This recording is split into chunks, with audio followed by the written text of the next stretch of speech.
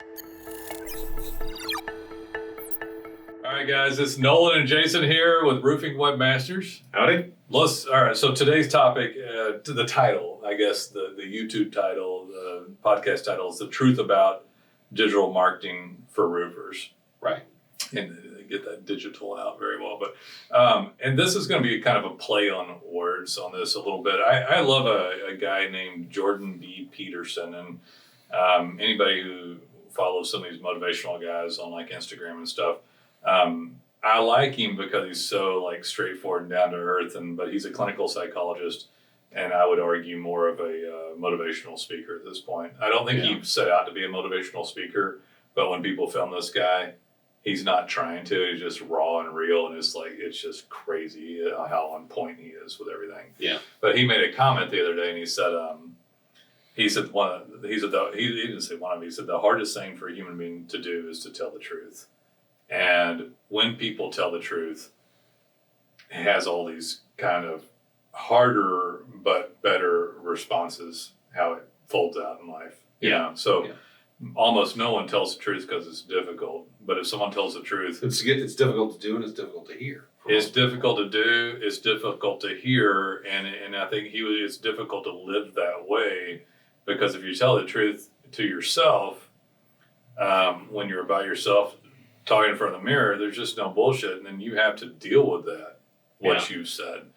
And one of the biggest things I get from people is like, Nolan, I like you because you seem honest. And I said, well, and I don't know how to respond to that. It's like, I do know how to respond to it now. Like, it's years of hearing this from people. I said, well, thank you. I've been this way for a long time. It's taken a while, but I appreciate the recognition. And it's actually that I am truthful and I am honest, Truthful and blunt. Yeah. And part of that is just like it's a social disorder of sorts. Like, I don't have that ability to candy coat stuff. But the other part of it is I don't want to lie to people. I never have wanted to do that. And I didn't want to ever lie to sell something. Yeah. And so the truth about digital marketing for roofers is the fact that they're all liars, like almost all of them, like 99% of them in some way is lying and unethical. Right. And so you've heard me talk about this before. Is somebody ethical when they start a marketing agency and they're ignorant and they begin to sell? They may be ethical, right? But they're ignorant. Provided they don't know they're ignorant. Correct. If they know they're ignorant, if they know they don't know what they're talking about and they're selling anyway, then they're unethical. And ignorant, which is very dangerous. That's knowingly ignorant, and the bliss is maybe slightly gone, which turns them unethical and a little evil, right? Yeah. Well, I agree with that assessment exactly. So most people start out. I actually heard a quote from Mark Cuban was talking about this. He said, "What's your one piece of advice you'd give to somebody?" And he said, "Learn how to sell." And Cuban's the only billionaire I can think of that sold something to somebody and became a billionaire. Yeah. And it was worthless entirely. Like, he's the only billionaire. Think about it. Name another billionaire that sold something or a service or someone bought it, and that service is obsolete, not used within years. Almost. I mean, if you want to get really technical, I know people that worked at broadcast.com. Let's not get into all that. I don't need to. Come on. Well, all that stuff was worthless, but because the market was inflated. It wasn't Mark Cuban's fault that it was worthless. Right. It was the fact that everybody was looking at .com stuff and said, it's worth billions. It's like, no, it's not. It has no revenue. What the hell are you talking about? He was a smart guy. Yeah, he was a smart guy. We don't have to go in the conversation. If he had kept in it for years, it might have turned into Netflix. No, if he kept in it for years, he would have tucked tail and run with $30 million. Yeah, well, maybe that too. Yeah, but instead of $6 billion. Yeah, yeah, he sold at the perfect time. But his point was, and what conversation I didn't want to get into about all that. Yeah. Anyway, but his point, he's a sales guy. Yeah, he's a salesman that sold that at the right time. Now that one you could look at, was he unethical? I don't know. But everybody was paying crazy stuff for it. When someone talks to a roofer and claims that they can do work for them and sells them something, That's unethical. Yeah. You know, they're not being truthful with people because they don't have the skill sets and they don't have the knowledge, and they're not going to sell them what they claim they're selling them. So the truth is that 98% of them are horrific. Like what they're usually selling them is a warm, fuzzy feeling rather than actual results. Yeah. It's difficult to find results. People can sell a human connection. Right. And the human being on the other side, the roofer, can feel kind of good about that. And you and I know this from doing this for so many years, is that the human being, whether it's a roofer or anybody else, wants the human connection. Right. We've always, pretty much always, especially in the last 5 years, we bring the heat, we bring the service. Yeah. There's just a handful of people that can do that. There's almost none, and it's probably not their people. Whoever's listening right now is probably not your person. Yeah, probably. Yeah, if you're listening because it's not your guy. Yeah. Otherwise, this would be the last thing on your mind because you'd be, busy. Yeah, you'd be busy. You'd be taking busy. Calls right now, selling. You'd be worried about selling where roofs.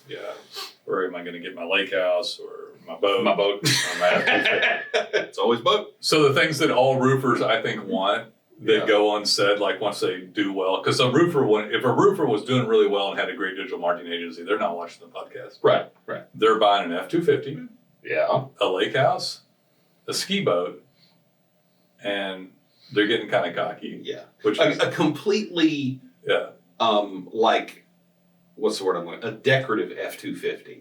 Because when they hit that point, they're buying the really shiny one with the fancy chrome rims with spinners in them, even dualies in the back, and all this stuff. And it's not actually a work truck; it's a piece of their costume. Well, they'll drive it up and down the streets with the full wrap on it. Yeah, but it doesn't actually do any work. No. There's a guy in my neighborhood that has one of these, but anyway, so it's very difficult to find somebody. And I also want to point out, because I've thought about this, and it's kind of a self-serving thing to talk about, but there are very few people in society where they're like, that guy's truthful. It became, and then that truthful guy has to live a certain way. So we literally sit around all the time trying to do the best job we can by the client. Now, I know if you want to take integrity out of it, I'll be ethical in this matter, but if you want to take integrity out of it a little bit, I know that if I don't do this, because I'm smart enough to been in business long enough that if I don't bring the service, I won't make as much money. Well, obviously, yeah. But it's not obvious to other people. I mean, it's obvious to me. It's obvious to me. It's obvious to you. And you can watch the clients come in here. We keep clients for years. Average agency keeps them for 6 months a year. Yeah. We keep them for years and years. And if we didn't do that, we wouldn't make any money at all. Right. I don't think most of these. Our whole model is based on keeping them long term. It is.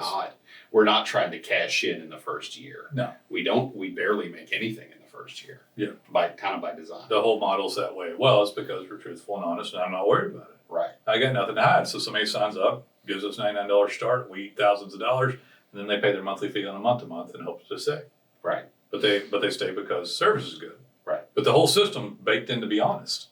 There's just not like we don't have a choice. Yeah, we don't have a choice. So it's not like, hey, come over here. It's gonna be great. We're gonna do this. It's gonna be awesome. Gonna do SEO and you're gonna do your paid advertising and funneling. I want you to pick 5 keywords. You're gonna be number 1 for those. It's gonna be phenomenal, and we're gonna wrap it all together. You don't want to go with that guy. He just does organic or SEO. We're gonna wrap it all together. I just need $7,000 a month, a 6-month commitment, and $15,000 down. Funnels and all this funnels and citations and email drips and landing pages, and we're going to work some of Facebook, and we're going to do some over here, and we're going to get some Google ads, and then we're going to we're going to do your SEO and your organic and your web page, and no, don't worry about it, Chris.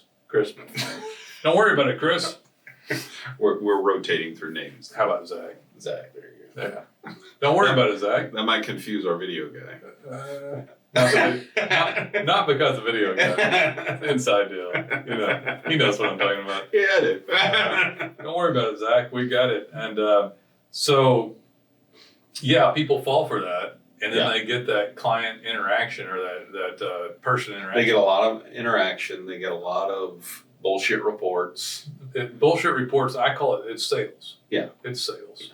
I actually got an email from a client this morning that before he was with us, he managed his own Google Search Console and Google Analytics account. And he looked at those, not realizing that we had created our own accounts. Oh. And he was like, nothing's verified. There's no data. What's going on? And I'm like, oh, sorry about that. We created our own accounts. And I said, give me your Gmail address and I'll invite you and you can see the data. I'm letting him see the raw data on his own without supervision. Right. Because I'm confident in it working. Right. I mean, he's only been with us a month and I looked at his search console and he's already seeing stuff getting top placement. Right. So I was like, okay, yeah, we're fine. We don't take the data and then bake it into a report where we spin it. It's just like, hey, here, if you know how to use Search Console, go ahead and look at it. If you have any questions, give me a call. I mean, we call now. We've got a call now. So if the client doesn't, this is the frustrating part about this, because people or human beings, not just a roofer, get sold in relationships. That's why I brought up the Mark Cuban thing. Yeah. Because he knows that he sold that deal to make billions. Yeah. Like he's acutely aware of that. I don't know how much how much he could program or anything else. He's obviously an intelligent guy, but he knows that sales made it all happen. Yeah. And people get into this and claim that they're doing digital marketing for roofers, and they're not. They're just salespeople. And they'll promise all these things, and then it's a very poor job. They can't find themselves on organic or mapping and all these things that should be showing up that would be a great return or non-existent. But they get a great call and they like the guy, and then they finally, after 6 months or a year, they're like, I can't handle this anymore. Yeah, 6 months or a year, they call us. Yeah. And they say, well, I'm paying this guy. And I mean, they're like really great. The service is great. And what they mean when they say that is not that the actual work is great and the results are great. They mean that the customer service, when they call the guy, right, it's a great experience because the guy's friendly and says, yeah, we're going to get it done. No problem. Whatever. He's a nice guy. He's a nice guy. He's great, and they have that. They get that connection, and they don't want to sever it because it's like losing a friend. Yeah. But they have a feeling somewhere deep down that something's not right. That's exactly right. They just can't handle the confrontation of losing this person. They don't love the person, but he's nice enough, and they don't want to deal with the social anxiety of telling him to go away. Yeah. Don't call me anymore. But the guy's calling you every week, every month to keep his money coming in from you. Yeah, to keep that connection. But his services are horrible. Yeah. But you confuse the customer service with the actual service. Yes, they absolutely. That's brilliant, by the way. Yeah, I just said that. It is. They do. The average roofer, plumber, HVAC, anybody, any small business they confuse that when it comes to digital marketing. Yeah.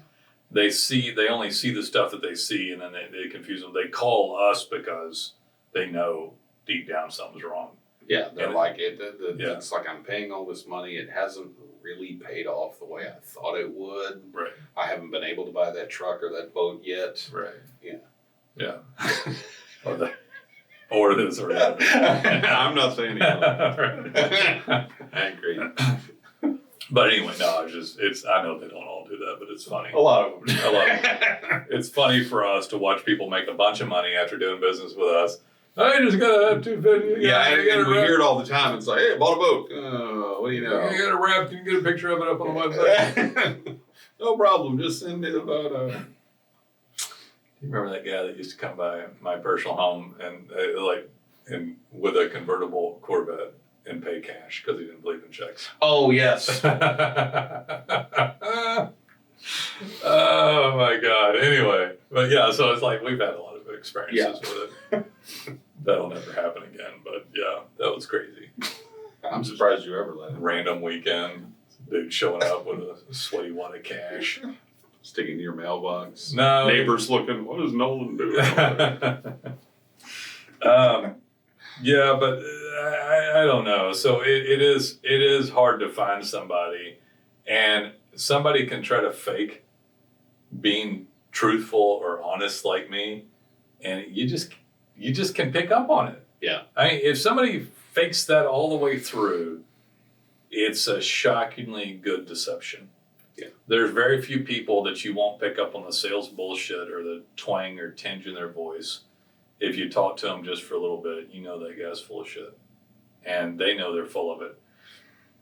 People fall for it because they want to, and they want to hear it, or they never have the opportunity to find somebody like us. Yeah. So there's so few people like us, and so few guys like me that you get to talk to on the phone, that you might go through a lot of these people before you do.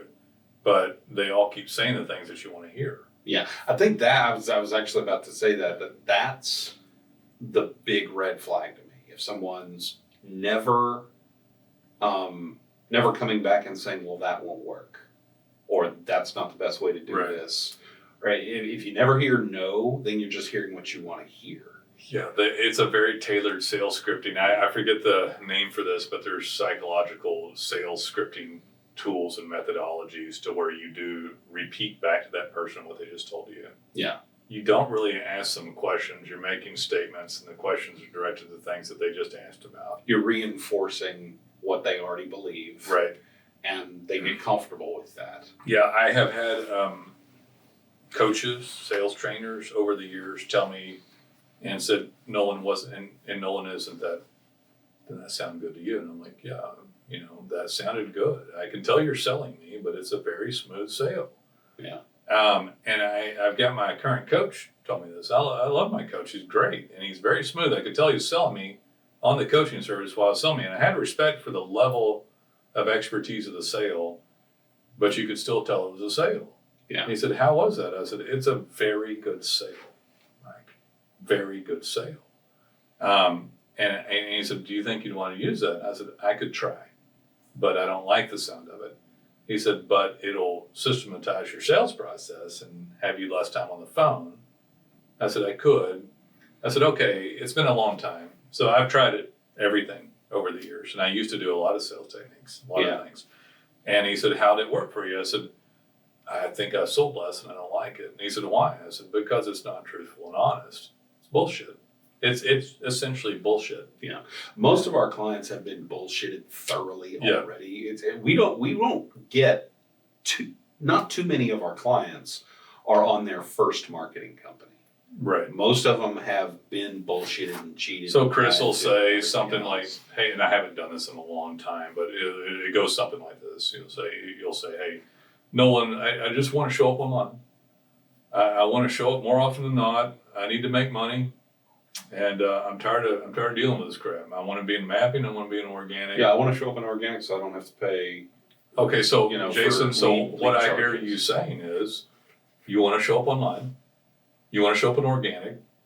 You want to be up there high, as much as you can be, and you're tired of dealing with it. So if I can give you something where this will happen, or is that what you're looking for? Are you ready to buy something? Well, yeah, Nolen, sign me up. All right, well, let's go. Yeah, so that's what they want me to do. Yeah. And then a client wants to be said. Well, this is where it's on the roofer, because when they call somebody and they tell them all this stuff, because instead of telling them no, or like, I can't guarantee what Google's going to do, because they'll come and they'll lob all this stuff up, and I'll hear it, and I said, we can definitely help you with this. I don't know anybody better, honestly, than us. We have data pens. We have our own agency. We've done this for years. They said, well, where will I show up? I can't guarantee where you show up because I don't own Google. Yeah. And, there we go. and so what do you think will happen? Well, I can tell you what we've had happen. Yeah. So this has happened and that's happened, and you might get calls in the first week. It may take this. These are the ranges that I see, Jason.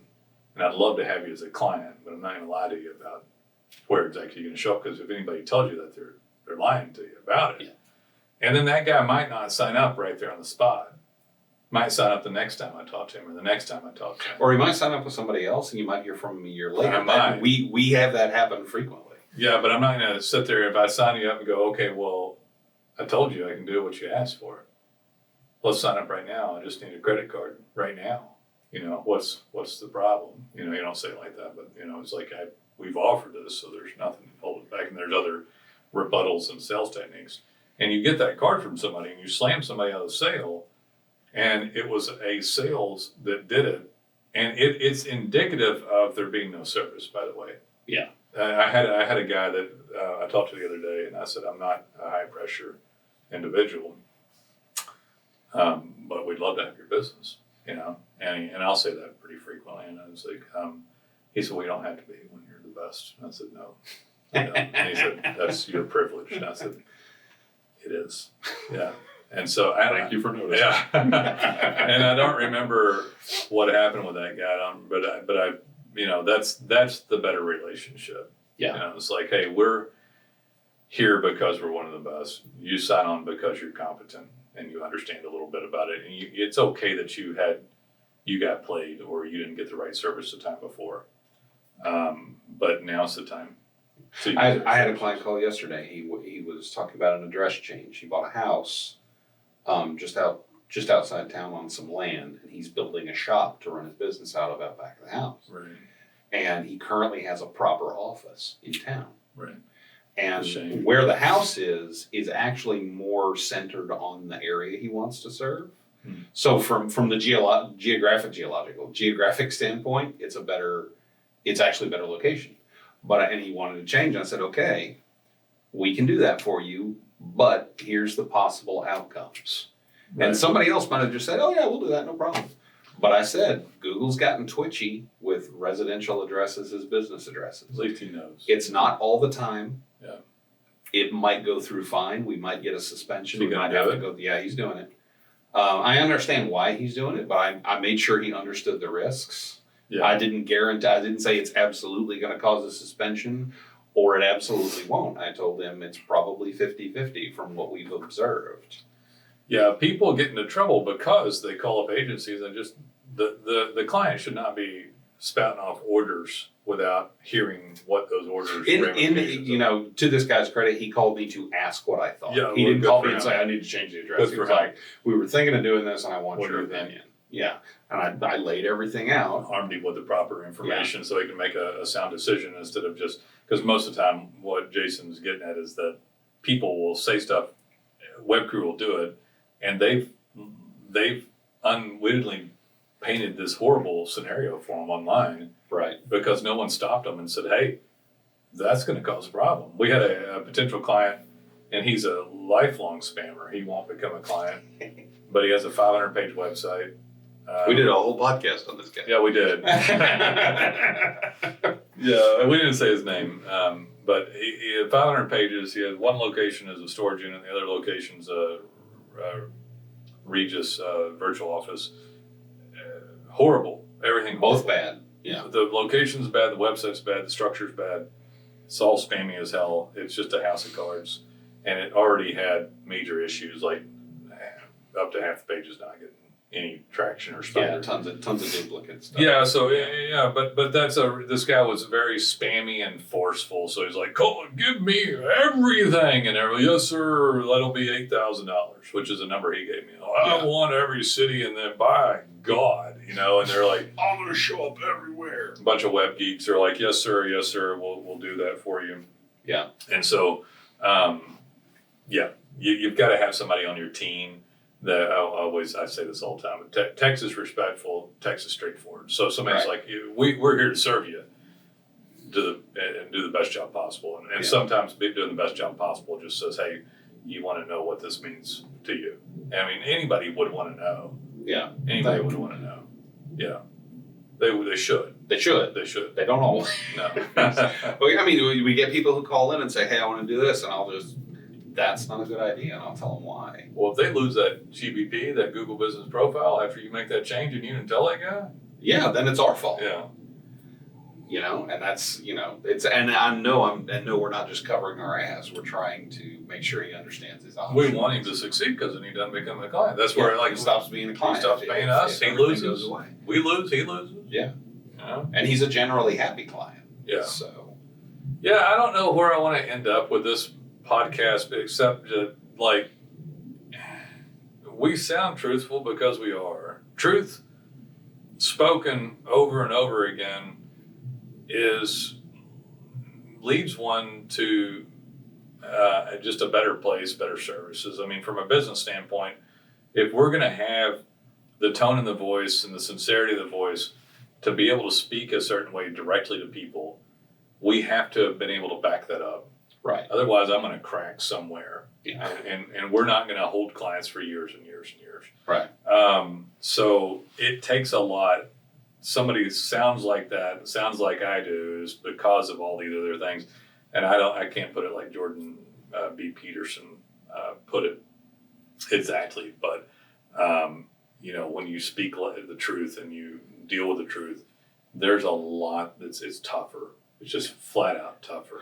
And when you're dealing with your marketing company, yeah, you should not be, and I know that this is probably going to sound self-serving, but you should not be treating your marketing company like an employee. I mean, yes, we work for you, but you should be treating us as a partner and going for an exchange of ideas back and forth. I always, because it's a professional service. It's but you know kind of where I'm going with an attorney or a CPA. Yeah. You don't say to you say to your employee, just do this, right, and they just do it. But your partner or professional service, it's a professional service. You get their opinion, right, and you get their input before you make a decision because they're the expert in that. You don't go to the CPA and say, do this. Yeah. Because you might be committing some sort of tax fraud. Yeah, I want you to move all this money offshore. Yeah, or file this way and you might be losing money, or file this way and you're breaking the law. Yeah. You ask, can we do this? Are there other things we can do? I picked this CPA because I think they're the best to do my taxes and my tax strategy and save me money, to make me money, keep as much money in my pocket as possible, and you pick the best person you could find. Right. And you don't run in there and treat them like, I don't know, like some low-level person that you have that's a lackey on a job, picking up shingles or running copies on the office. Yeah. They're not just a laborer. No, yeah. So it's like that person, it's not an internship to where, some roofing owner with a hothead is like smacking somebody around, which is kind of what a lot of people tend to want to do with some of their services. But if you do that with a professional service, you're not going to have a very professional service working for you. Right. So I'll miss some of those guys. You do that with a lawyer, they'll just say you need to find another lawyer. Yeah. We don't get that far with some of those guys because they talk to me directly, and I'm like, yeah, this isn't going to work.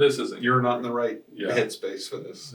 That's the best way to put it. Yeah. The guy that was a spammer that we didn't pick up as a client with 500 pages, luckily let us know that he wasn't going to drop that spam mentality. Very clearly in that text. It was clear. Nolen had used the analogy from the movie The Goonies, don't touch Willie's gold, trying to explain to this guy that you shouldn't overreach. And Sean Austin, Mikey. Yeah. And then after the guy sent back, well, I'm going for Willie's gold. And it's like, you really missed the point. Yeah. He was thinking Willie's gold was like grabbing the brass ring, and you were telling him not to do that. And it's like when they went for Willie's gold, the people don't really, it was for those who haven't seen it. It was a deeper meaning of what happened. I don't remember if it was Sloth or somebody had like some rubies and diamonds in a little pouch, and that's all they ended up getting. That's all they ended up with. So Willie's the gold ship was loaded with gold. It was a pirate ship, sailed away, loaded with gold and priceless gems and things. And when Willie, the one-eyed pirate, was sitting at the table, they were all skeletons. Yeah. And he had this little scale in front of him, like the Liberty scale lady. And one of the kids went for it, and Mikey said, "Don't touch Willie's gold. Just leave Willie's gold alone." And they're like, "Get anything else you want except Willie's gold." But and they they're have like, to leave Willie. Yeah, they're like, okay. So there's like literally like garbage, there's like 200 garbage sacks full of other shit. Yeah, it's stacked all over. It's all around it. The table's got coins and jewels falling off and pearl necklaces. Just crap everywhere, and everybody's loaded down. Of course, you can't. The pirate ship's in this lagoon with like a mountain over it. Yeah. And if you jump down in the water with all the gold, you sink. But it's like always a problem, right? But so then the Fratellis come in, the evil Italian family that had beaten Sloth as a child, who was and dropped him. Chunk's friend. Yes. So, the Truffle Shuffle guy, right? Yes. Was friends with Sloth. Right. Anyway, the Fratellis were hot on their heels, and they came, and they were greedy, and they took Willie's gold out of his little. Willie just had a little bit of stuff in front of him. Yeah. And and when the scale tipped, all the booby traps went off, and it's like, oh, and then everything starts crumbling, and then ship sails off, and all the kids get away after a pirate style fight with the Fratellis on the deck. Right. And then they fly off and get off, and then the mountain cracks open, and all of Willie's gold sails off. Which still, like I told you the other day, pisses me off because somebody could have gotten in a boat. He could have gotten in a boat and gone and gotten Willie's gold, but it's a movie, and they're all. So they just sat there and watched it slowly go out. So they run out to the beach, and all the town folk come out, and the parents, they couldn't find the kids because they're in these underground taverns and tunnels, like making out. They should make a having an movie adventure. about the fisherman that was out sailing and Maybe. ran across that boat just drifting 2 weeks later. Yeah. And he's like, what the hell? There was a And then like a Hawaiian style Goonies, like called Finding Ohana or something. Okay. And it was Never heard of it. Yeah, it just came out like a year ago. Oh, okay. And it wasn't as good as the Goonies, but it was almost exactly like the Goonies. Yeah. But anyway, so the moral for me anyway, and I don't think this is the moral of the story, but this is a different moral. I watched it and I related to sales because people get crappy marketing and they go with these people and they do poorly online, but they think they do well. They've got the pocket full of jewels, and they got a few jewels and they think, and the jewels. these are great. Yeah, the jewels are the F-250 wrapped, The boat. the boat, and maybe the lake house. Yeah. But Jason, they lost a ship full of jewels and gold because when they didn't do the marketing properly, they missed this huge thing, and they think, "Wow, look at how great I am! Look at me."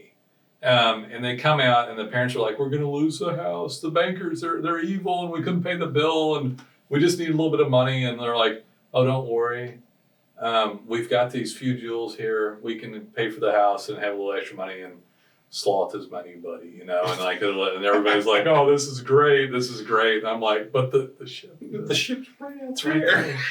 You missed everything." And like when this guy with the 500-page website says, "I'm going for a Willie's Gold," I'm like, He missed the point. You got the little pouch. I didn't have time to like tell him the whole stupid analogy.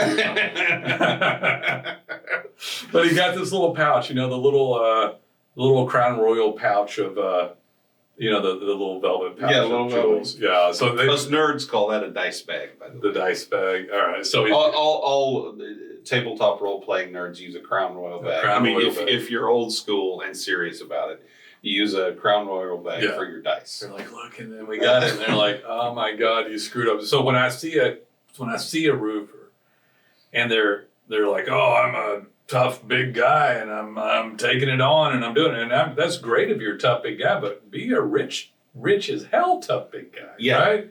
Like, don't just like I got a pouch full of jewels. I'm like, yeah, but what happened to Scrooge McDuck pile of money behind you? That you look at your gold silo. Yeah, you left- it went away. Yeah, you left that shit. Yeah. There's a freaking pile behind you. You got a little stinking pouch of jewels, But that's what it feels like. And I know this is true. Yeah. I know we see it all the time. Well, we wouldn't have a business if I had that mentality. Yeah. We wouldn't have anything at all, So like we'd be in a house with a couple of things going, hustling people up, going, "Okay, sir, so you're telling me if I can get you this, that, and the other? Well, I've got this, that, and the other, and I'm going to dish it up a silver platter. Let's do this deal right now." It's like, okay. Always going. I don't know, that's how I picture these little punk ass snot-nosed bastards lying to everybody. They've been lied to so many times by the time they call me. They're so psychologically jacked up. Yeah. Yeah. I just If we get them and they've only had 2 or 3 bad experiences, it's much easier. But when it's been years worth, we have to wade through a lot of distrust. I don't even blame them for it. I don't blame them understand where either. they're I'm coming not from. making fun of them about it. It just sucks for me and for them. Yeah. Like I don't. They're like, "Have you heard?" And I'm like, "Yes, Chris. I hear this every day. Zach, whatever. Like this is every day, every single day, for like 12 years. This is the conversation we have." Yeah. And so, and then they I don't know if fortunately or unfortunately they buy because they feel better. They can see some skill sets in what we do, but they buy because they trust me. But their trust is backed up by a lot of credentials. It's not like we don't have massive amounts of credentials to back it up. But a lot of humans just buy off a gut instinct at the end of the day.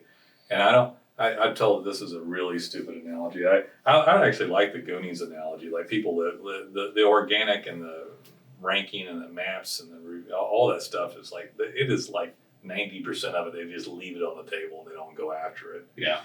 But when they're out there making phone calls and they're calling one guy after another, and this isn't their fault either. It's just so many shitheads out there. They're all have a lot to sift through. So you're just like, you call 10 people, they're all dishonest. Yeah. Eventually you're going to pick the least dishonest person, but he was still dishonest. And you're like, well, I don't know what I did. I've done this 3 times. Like the next time I call 4 people first time, call 4 people next time, 4 people next time. Pick the least dishonest one each time. We've had potential clients call that signed up with us that literally told you that they're so fed up with this crap that if our stuff doesn't work, they're shutting their business down. But it's their last attempt. Yeah, you know who did that. Oh yeah, I know. We had a guy that did that became a multimillionaire within 3 years because the worst hailstorm in San Antonio history hit 4 months after he signed up. He signed up like December 2015. Like the site went live. Yeah. Like April 2016. Hailstorm. And because of our work, San Antonio gets obliterated. He was well so from like 100, less than 100 roofs, he did like 750, 800 roofs. Yeah. Next year he did like still 300. The year after that he did 150. He got pissed off at us. Yeah. While he was building set it all on fire. Right, he did. But that was while he was mad at us while he was building his retirement home a block away from the ocean in Corpus Christi. Right. With his bay boat, which he fishes in every day every week. And I'm going to be in Corpus Christi in June. I should go. You should see him. You should. He's nice. He's a nice guy. He is. We made up after all of it. Yeah. But I never told you my analogy. This is a horrible analogy, so don't get mad at me if you guys shop at this place.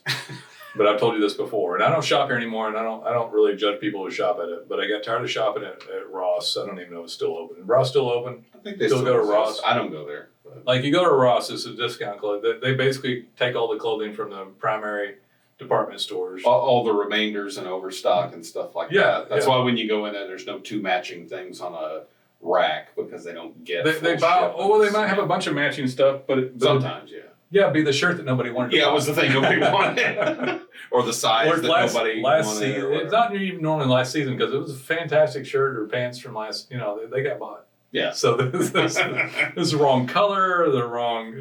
Something's wrong with it. But I'd go into Ross and I didn't have no money, so I was younger. I'm trying to buy some clothes so I can get a date. So I don't want to look like a bum, and so I'm out there. And I had no money, so I was like, I gotta get. What is that? It's that guy that's singing about the thrift shop stuff. So, but I'm not thrift shop shopping. I'm Ross shopping. You know what song I'm talking about? There's stupid Macklemore. Oh, I don't. The thrift shop rap. Anyway. Sorry. Not like I was a huge Macklemore fan, by the way, because it made me kind of bad. But your kids are older than mine. This is an old Macklemore thrift shop or whatever. That's an old. Is it? Yeah. I'm out of touch. White dude rapping. It's kind of goofy to claim that I even know it. Anyway, so I'm in Ross, and I leave there with clothing. I'm like, oh, I feel pretty good about what I bought, And you get it home, you put it on, you're like, this is all shit, It's all shitty clothes. This one doesn't fit right.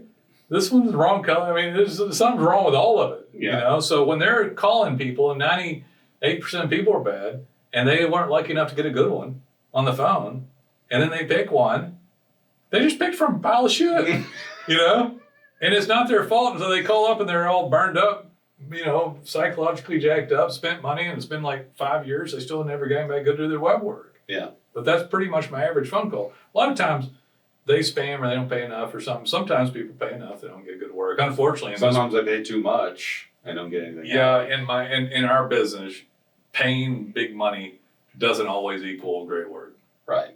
Yeah. Normally, if you pay more for a roof, you get a better roof. If you pay nothing to your marketing company, they're not doing anything.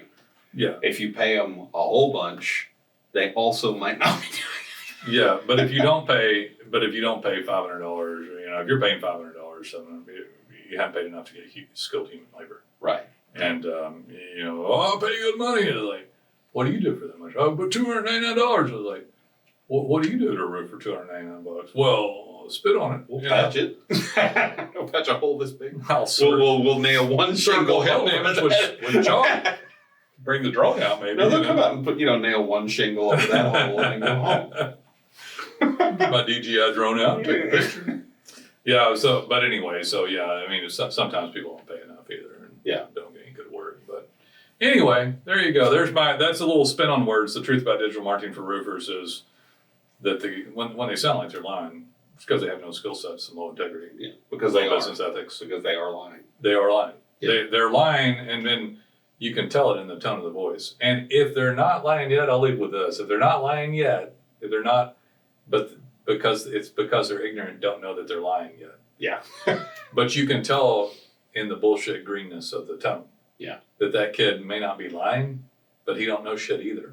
Yeah. So he's some kid working out of his garage or just come out of college and doesn't really know what he's doing. Very eager, very energetic, with no skills, no resources. And you can literally tell in the tone whether it's a digital marketing person or someone about to make your sandwich at Subway. We all know this tone. Yeah. This voice. Texas, we call them punk asses. Yeah. Well, punk ass. Some of them are trying to do well. They just don't know what they don't know yet. Yeah, but that's dangerous, bro. Well, it is. That's bad. That's bullshit. And then when that person realizes they're doing poorly, they will literally sound like they're a wolf in sheep's clothing. Like they're like, you can hear it. See, back in the old days, we took those kids out of college and they got an unpaid internship and we broke their spirit first. So that's what we still do that. Life does that. Well, we don't do any unpaid internships here. We don't do any free labor at our company. And the roofer is a roofer because he don't want his spirit broken. Yeah. Or nobody would hire his ass in the first place. Good job, Nolen, insulting. No, I'm not insulting. Nobody would hire me, Jason. That's true. Nobody would hire me. I certainly wouldn't. No, that is the crux of the entrepreneur. The guy's incorrigible. Yeah. Doesn't want to put up with any shit from somebody, or doesn't have skills to be hired from somebody. Yeah. And so they start up. But the difference is with the roofer, he learns the skills of the trade and puts on a damn good roof. Yeah. The digital marketing agencies don't do this because the shit's too hard for them to learn and put it all together and have the resources. It's harder to spot when they do a bad job. Yeah, I'm glad I finished and talked about this because the roofer can start up and not know and be a greenhorn. Yeah. Normally they start up as a sales guy. Yeah. But then they learn how to manage and get better manage the subs so he's not throwing two nails on the end of the, for wind resistance, and that he's doing everything properly, that he's not screwing out of squares or shingles to get paid more. They learn that shit, and then if they have integrity, they give the client options on the quality, and then they put in a good installed roof. Yeah. Someone can put a roof on that looks good, but if it's not put on well, a month later when it rains, It's called a roof system. Yeah. If you have a good roof system, and a residential roof asphalt shingle system is a lot easier than some of the commercial jobs. But when somebody's a greenhorn in digital marketing, they do not graduate up to skill set to put in good stuff. Most roofers do and aren't a straight dirtbag after being experienced. Right. But the digital marketing person will not. They'll put up a website that maybe looks good, but doesn't do anything. They will not progress. Yeah. It progress very little and steal people's money, and I don't know why, but that's the way it is. Yeah. All right, guys. Hope you enjoyed it. Call us when you're ready.